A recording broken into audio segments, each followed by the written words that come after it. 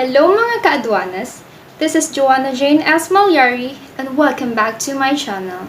For today's video, I will give you a very short description about the first bilateral economic agreement and its benefits which entered into our country, Philippines. The PJEPA, Philippine-Japan Economic Partnership Agreement, or the JPEPA. This PJEPA is a comprehensive bilateral agreement, which means two countries are binded together, the Japan and the Philippines. Its main aim is, of course, to increase the trade and investment opportunities. Also, it was signed by our former President Gloria Macapagal-Arroyo on September 9, 2006. According to the sources online, the former Prime Minister of Japan, Mr. Junichiro Koizumi, and our former President Gloria Macapagal-Arroyo already had a series of meetings that later on established the purposes of this agreement. The purposes of this agreement includes the tariff elimination, the eradication of smuggling, the movement of natural persons to Japan, and the investments. Japan is the second leading largest trading partner of the Philippines next to the United States. In year 2006, the Japan amounted 7.9 billion US dollars or 17% of our country's total exports. The Philippine leading exports to Japan consist of electronic products, woodcraft, fresh bananas, pineapples, and iron ores. The Japan is our biggest export market for asparagus, papayas, mangoes, nata de coco, shrimps, chicken, and yellowfins, tuna. So the benefit was felt when there was a 24% increase in Philippine banana and pineapple export to Japan due to seasonal tariff reduction. For Philippine exports, the majority of the tariff lines for immediate tariff reduction cover mostly on industrial products such as mechanical appliances, clothing and textiles, organic chemicals, and pharmaceutical products. Some allegations had appeared in year 2008, but it was only decisioned in year 2015. It is when a group of Filipino environmentalists said that the Japan had violated the Republic Act number 6969 and 4653 for importing hazardous waste and already worn cloth materials to the Philippines.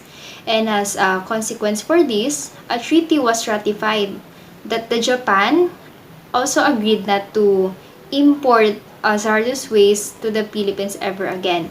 And if this ever happened, it might cause the PJEPA to be abolished in our country. In order to have a legal basis and to see how strong were these allegations were, I dived into the internet.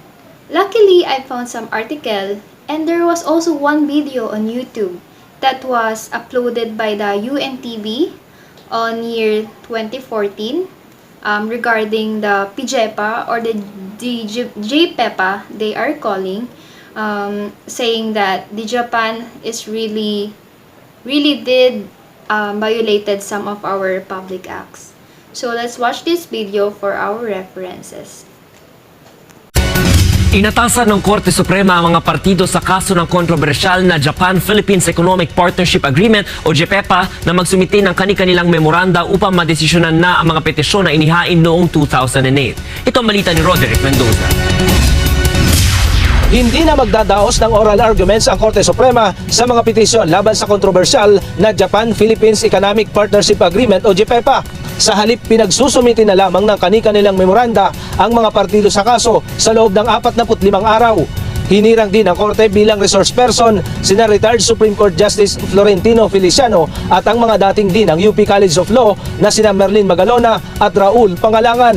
Hinihingan ang mga ito ng Korte ng kanilang opinyon sa isyu.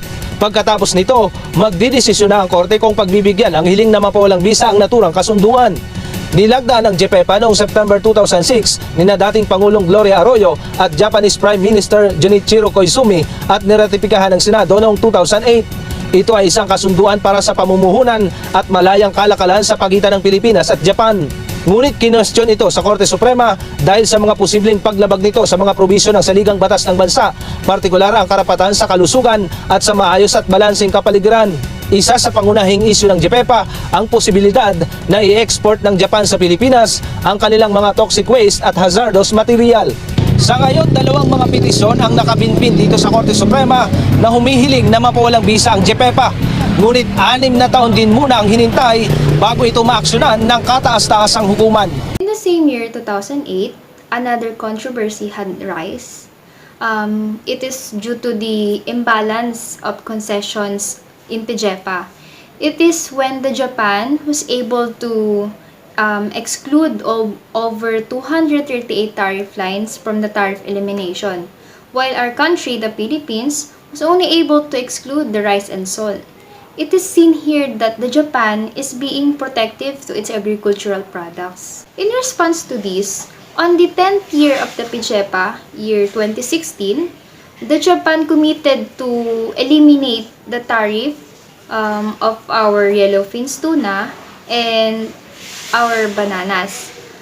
Despite of the lopsided numbers of our tariff exclusions, the Philippines were able still to secure our spot for having more concessions of tariff exclusion other than the Japan others bilateral partners, making us the highest rank in terms of liberalization of trade in relationship with Japan. Welcome to the part 2 of my vlog.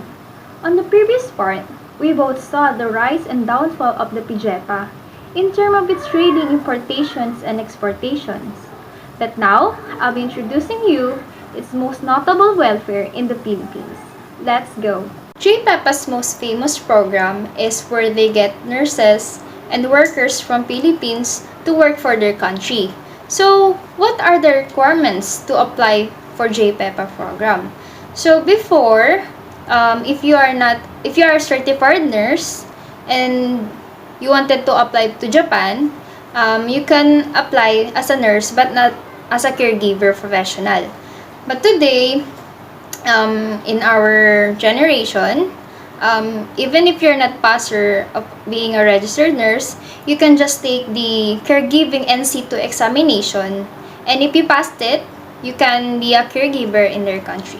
How long do they need to study Japanese? So, after passing the requirements, they are required to go to a site, which is the TESDA, to study the Japanese language. So, take note, even if they're not working already in Japan, their employer is already giving them allowance, which is ranging from 15,000 to 20,000. Few people asking, is there a payment need or required fees to pass this program? So, technically, there's no payment needed. But, of course, you need to pass the medical examinations and there is a required fee for that. Is JPEPA accepting aspirants, caregivers, and workers at this time of pandemic? Well, obviously no. Because of the strict compliance of Japan officials to their travel restrictions, they don't accept any employment today. But before, ever since, every year they have this so-called batch wherein they go to POEA website, the Philippine Overseas Employment Association. They post there the employment status, the date, and the employer's name, and other necessary information for the employee. That would cover up our vlog. Thank you, Adwana, for watching. I hope this video becomes informative and inspiring, especially to those people who are aspiring to be an economic representative of our country. Thank you and stay safe.